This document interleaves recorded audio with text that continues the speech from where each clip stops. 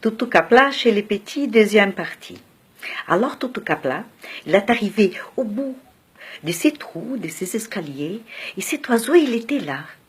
Et alors, l'unique chose qu'il a pensé sans réfléchir, c'était d'ouvrir cette petite porte. Et alors, quand il a ouvert cette petite porte, l'oiseau s'est envolé dans les ciels. Ciel? Oui. Il avait un ciel, il avait un village, il avait tout un village avec des gens très très petits, de la taille d'un doigt. C'était des gens habillés en marron et beige, avec des hommes avec des petits bonnets et les femmes avec des petits foulards sur la tête, des vêtements anciens.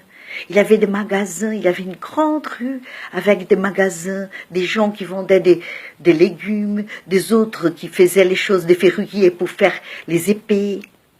Il y avait des gens pour les chevaux, qui mettaient les choses au pied des chevaux. Et alors, il avait plein de commerces. Et lui, il a commencé à marcher tout doucement pour pas marcher sur ces gens. Et au bout de cette rue, il y avait un château, avec un roi et une reine sur les balcons. Et Toutou Kapla, il a remarqué que les gens, ils avaient l'air malheureux, ces petits. Ils étaient tous comme ça. Et en arrivant au bout de la rue, devant les châteaux, les rois et la reine l'ont salué. « Bonjour, Toutou Kapla, soyez le bienvenu dans notre château. » Et alors Toutou Kapla a dit « Mais comment vous savez mon nom? Comment vous me connaissez, votre majesté ?» Mais les oiseaux, ils ont beaucoup parlé de vous, de votre bonté, de votre contact avec la nature et les oiseaux et les animaux.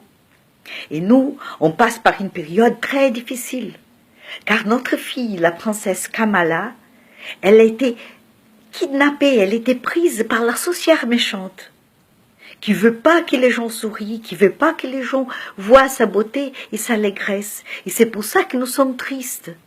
Et notre espoir, c'est toi, Toutou Kapla. Il n'y a que toi qui peux nous sauver. Il n'y a que toi qui peux trouver la princesse avant que la nuit tombe. Parce que la sorcière, elle va chercher des racines empoisonnées pour pouvoir la tuer, notre petite princesse. Parce qu'elle veut être la plus belle. Elle veut être la plus chic du monde, cette sorcière. Et alors, nous, on compte sur toi. Et Toutou Kapla, elle a dit, mais moi, je suis un garçon.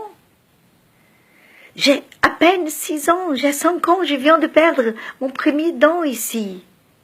Comment je vais faire avec une sorcière? Et alors le roi dit, mais non, Toutou Kapla, pour toi, tu es un garçon, mais pour nous, tu es très grand. Nous sommes de la taille de ton doigt. Et la sorcière, qui est très grande pour nous, elle est seulement de la taille de ta main. Tu vas arriver.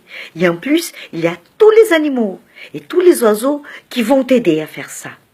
Alors, on compte sur toi.